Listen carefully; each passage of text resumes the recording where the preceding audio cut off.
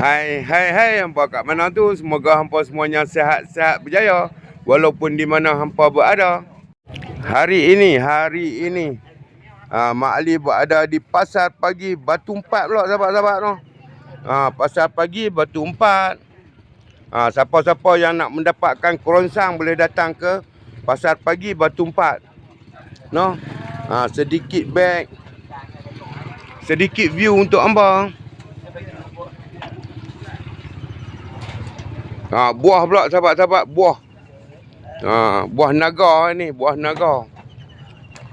Buah naga sahabat-sahabat. Sedikit view untuk hamba.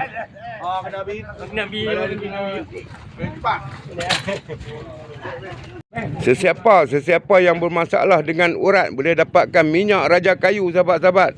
Untuk memulihkan urat boleh dapatkan kat Bayu Mak Ali. Okey, bye bye. Assalamualaikum.